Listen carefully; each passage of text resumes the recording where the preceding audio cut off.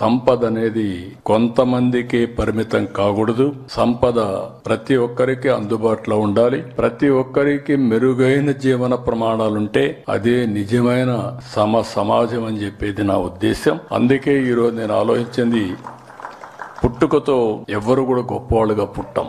ఒక ఎన్టీఆర్ని తీసుకున్నాం, ఒక మహాత్మా గాంధీని తీసుకున్నాం, ఒక అంబేద్కర్ని తీసుకున్నాం. ఎవరైనా సరే ఒక్కొక్క అంచెలంచెలుగా వాళ్ళు అంది వచ్చిన అవకాశాలు ఉపయోగించుకుంటే అచంచలమైన వ్యక్తులుగా తయారవుతారు. ఈ రోజు మీరు చూస్తే ఒక్కొక్కసారి ఇలాంటి యుగ పురుషులకు కూడా ఆ సమయంలో అండగా నిలిచినటువంటి వ్యక్తులుంటారు. ఈ విషయం మీరు గుర్తుపెట్టుకోవాలి. అందుకే నేను ఒక కార్యక్రమానికి శ్రీకారం చుడుతున్నా. మార్గదర్శి బంగారు కుటుంబం P4 జీరో పావర్టీ. ఈరోజు సంపద సృష్టిస్తున్నాం.